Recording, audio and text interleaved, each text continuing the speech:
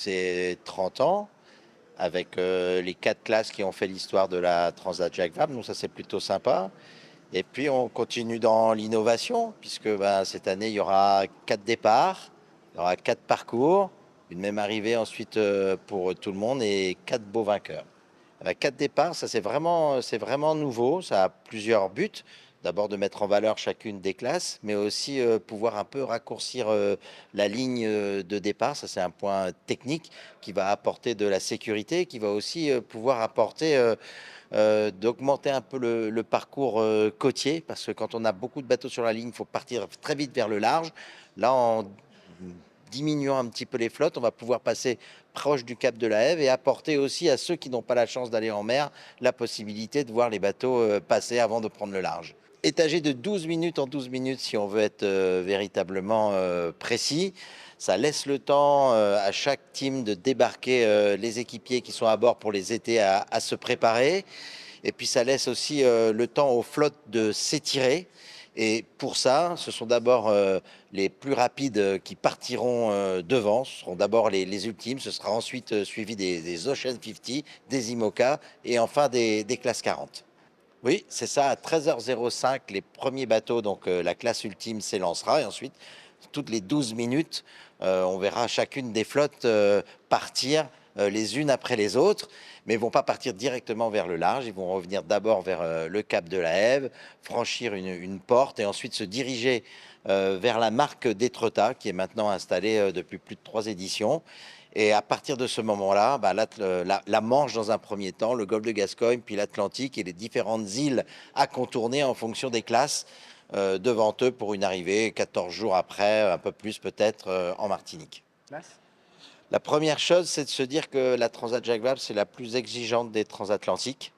Et pour ça, il m'apparaissait, et pour l'organisation également, nécessaire que tout le monde ait le même effort à la mer. Qu'on ait un bateau très rapide ou un bateau un peu plus lent, eh bien, ma foi, il faut que tout le monde passe 14 jours en mer. Voilà, pour moi, c'était très important de conserver cet aspect-là. Ensuite, c'est le passage de l'équateur pour la plupart d'entre eux, la traversée du poteau noir. Donc tout ça, c'est des marqueurs aussi de la Transat Jacques Vabre. C'est d'abord une route du nord vers le sud avant d'aller vers l'arrivée en Martinique. Ouais, c'est ça. L'idée, c'est que tout le monde arrive à Fort-de-France dans un laps de temps assez restreint, ce qui est d'ailleurs pas simple pour nos amis martiniquais de construire le port en conséquence. Et donc, pour ça, on a 4 parcours différents. Les classes 40, ben, c'est le parcours le plus petit. Ils vont contourner le Cap Vert et puis ensuite se diriger vers la Martinique.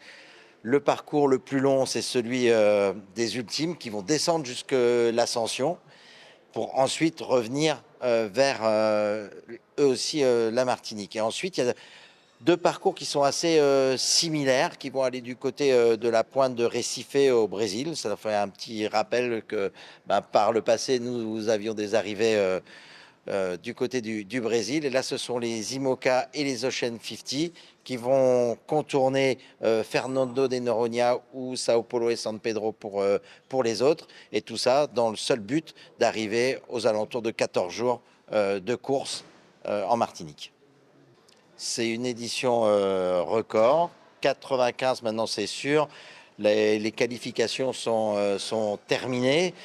On les attend de pied ferme au Havre pour une semaine d'animation. Et effectivement, il y a 2 grosses flottes dans cette Transat Jacques Vabre, en quasi à égalité, 46 classes 40, 40 IMOCA. Voilà, la bataille va faire rage. En plus, on ne connaît pas encore tout le potentiel des bateaux. Il y a beaucoup de bateaux neufs qui sont arrivés, des nouveaux duos qui se sont composés. Et puis à côté de ça, il y aura aussi la course des ultimes et des Ocean 50. Les ultimes nous ont donné un petit exemple de ce que ça pouvait donner sur simplement 24 heures, mais quand on voit les écarts très minimes à l'arrivée des 24 heures, ça promet une Transat Jacques Vabre extraordinaire. Les machines sont au point, les binômes sont au point. Et puis en Ocean 50, on sait que c'est très très engagé. Depuis 2 ans maintenant, il y a le Pro Sailing Tour qui est en route. Ils ont haussé leur niveau de jeu. D'ailleurs, ce sera peut-être là où il faudra faire attention pour eux, de façon à revenir sur un mode en double, pas en équipage, et d'en garder un petit peu sous le pied, tellement voilà, ils maîtrisent maintenant leur machine. Oui, c'est ça. Dans l'après-midi du 19, de mémoire, c'est 16 heures. Tout le monde sera dans les bassins pour voilà, un premier briefing d'accueil à 18 heures. Donc voilà, le public peut d'ores et déjà prendre date, et qu'à partir de 16 heures, toute la flotte de la Transat Jacques Vabre sera là pour 10 jours avant le grand départ.